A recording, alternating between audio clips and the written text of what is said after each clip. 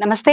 Welcome to Andhra Prabha. నేను తేజస్వి. ఢిల్లీలో చూసుకుంటే కనుక కేజ్రీవాల్ కి సంబంధించిన ఇష్యూ అనేది ఇంకా పెరుగుతూ ఉంది. స్వాతి మల్వాల్ కి సంబంధించింది.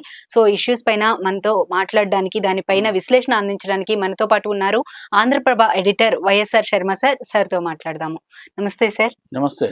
కేజ్రీవాల్ కి సంబంధించి ఈ లిక్కర్ స్కామ్ కేసులో పార్టీకి సంబంధించి కూడా ఎలక్షన్స్ టైంలో వీటి నుండి వచ్చిన మనీ ఏదైతే ఉందో దాన్ని యూజ్ చేశారు అని చెప్పి పార్టీ పైన కూడా ఆరోపణ అయితే ఉంది సార్.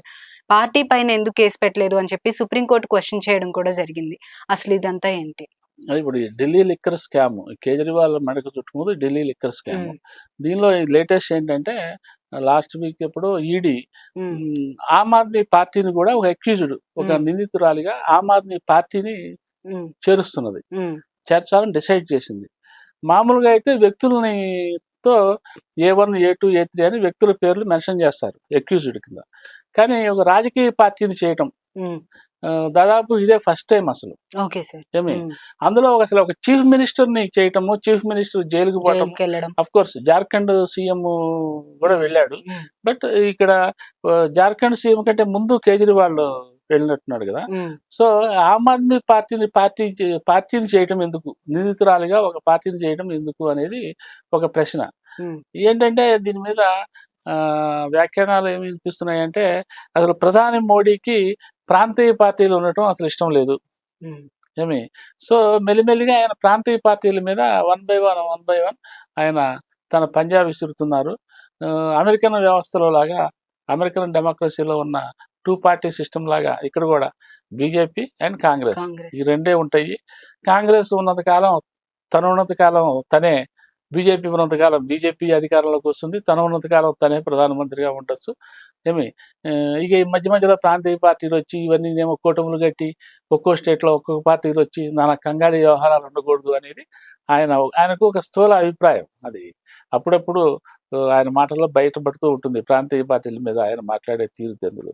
సో దీన్ని బేస్ చేసుకొని ఏంటంటే కొంతమంది అసలు Aam Aadmi party even though అది కూడా జాతీయ పార్టీయే, కానీ ఇప్పుడు ఆమ్ ఆద్మీ పార్టీని ఒక పార్టీగా, ఒక నిందితురాలిగా చేరిస్తే ఇక దాని మీద విచారణ జరిపి, అంటే ఆ పార్టీలో ఎవరెవరైతే ఉన్నారో ప్రధానమైన వాళ్ళు, బిగ్ విగ్స్, వాళ్ళందరినీ దీనిలో చుట్టేసేసి, ఈ స్కామ్ లో చుట్టేసేసి చూడండి, అట్లా పార్టీని బదనాం చేయడం ద్వారా, తర్వాత పార్టీని రద్దు చేయించడం ద్వారా, ముఖ్యంగా అక్కడ రాజకీయ అస్తిత్వం లేకుండా చేయటానికి అనేది ఒక అనుమానం, ఒక ప్రచారం, ఒక ఊహాగానం అనుకోండి ఏమి.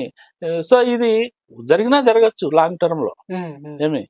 లేదు ఈ లిక్కర్ స్కామ్ లో పార్టీ చేర్చిన పార్టీ కడిగి ముచ్చంలాగా బయటపడితే ప్రాబ్లం ఉండదు ఏమి. సో ఒక పార్టీని నిందితురాలుగా చేర్చడం ద్వారా కేంద్ర ప్రభుత్వం ఏమి సాధిస్తుంది అనేది ఇక్కడ ప్రధానంగా మనం మాట్లాడుకోవాల్సింది. ఇంతకు మించి ఇంకేమీ లేదు. ఆ రాజకీయ పార్టీ అస్తిత్వాన్ని ప్రశ్నార్థకం చేయటం, అంతకు మించి. ఇందులో కూడా ఇప్పుడు దీన్ని ఒక ఆర్గనైజేషన్ కింద తీసుకుంటే దీనికి సీఈఓ కూడా మళ్ళీ కేజ్రీవాల్ అవుతాడు. అదే అందుకనే ఆల్రెడీ కేజ్రీవాల్ కూడా ఒక నిందితుడు. ఆయన ఆల్రెడీ అరెస్ట్ అయ్యే ఉన్నాడు. ఇప్పుడైతే తాత్కాలికంగా బెయిల్ మీద వచ్చాడు. రేపు June 1st వెళ్ళి మళ్ళీ సరెండర్ అవ్వాల్సిందే, చేతులు ఎత్తేసి జైల్లో కూర్చోవాల్సిందే. సో ఇంకొకటి ఏంటంటే ఆ పార్టీని కూడా చేస్తే ఆ పార్టీలో ఉన్న ఇతర బిగ్ విగ్స్ అందరినీ కూడా మళ్ళీ లిస్ట్ అవుట్ చేసేసి A1, A2, A3 ఇక ఎంతమంది ఉంటే అంతమందికి నిందితులుగా చేర్చొచ్చు. చివరికి ఏంటంటే ఓవరాల్ గా ఆ పార్టీ రాజకీయ సంక్షోభంలో పడుతుంది. ఇప్పుడు కేజ్రీవాల్ ఈ ఒక ఎలక్షన్కే జైల్లో ఉంటేనే ప్రచారం చేసేవాడు లేక, ఏమి ప్రధాన నాదుడు లేక, దెబ్బతింటున్నామని తెలియబట్టే కేజ్రీవాల్ రిక్వెస్ట్ చేసుకొని పిటిషన్లు పెట్టుకొని బయటకు వచ్చాడు తాత్కాలిక బెయిల్ మీద. అటువంటి అసలు పార్టీలో నంబర్ 2, నంబర్ 3, నంబర్ 4, నంబర్ 10 వీళ్ళందరూ పార్టీ తరఫున వెళ్ళి లోపల కూర్చుంటే ఇంకా పార్టీ అస్తిత్వం ప్రశ్నార్థకం అవుతుంది కదా. సో ఇట్లా రాజకీయ అస్తిత్వాన్ని దెబ్బతీయటానికి, ఏకంగా పార్టీ రాజకీయ అస్తిత్వాన్ని దెబ్బతీయటానికి ఇదొక ఇదిగా పనికొస్తుంది, ఒక ఉపకరణం లాగా పనికొస్తుంది అని చెప్పి అనుకోవచ్చు. Thank you so much sir. ఢిల్లీలో చూసుకున్నట్లయితే ఇటు కేజ్రీవాల్ అలాగే స్వాతి మల్వాల్ కి సంబంధించిన ఇష్యూ అనేది చాలా సీరియస్ గా రన్ అవుతుందనే చెప్పాలి. సో చూడాలి ఏం జరుగుతుంది అనేది. అసలు వాళ్ళిద్దరి మధ్య ఉన్న గొడవ ఏంటి అనేది మాత్రం, అసలు క్లియర్ గా ఉన్న అసలు గొడవ ఏంటి అనేది మాత్రం బయటకు రావడం లేదు. అది ఏంటనేది బయటకు వచ్చి కేజ్రీవాల్ దాని గురించి మాట్లాడితే తప్ప విషయం ఏంటనేది బయటకు వచ్చే సిచ్యువేషన్ అయితే లేదు. ఇది ఇవాళ విశ్లేషణ. రేపటి కార్యక్రమంలో మళ్ళీ కలుద్దాం. అంతవరకు చూస్తూనే ఉండండి ఆంధ్రప్రభ.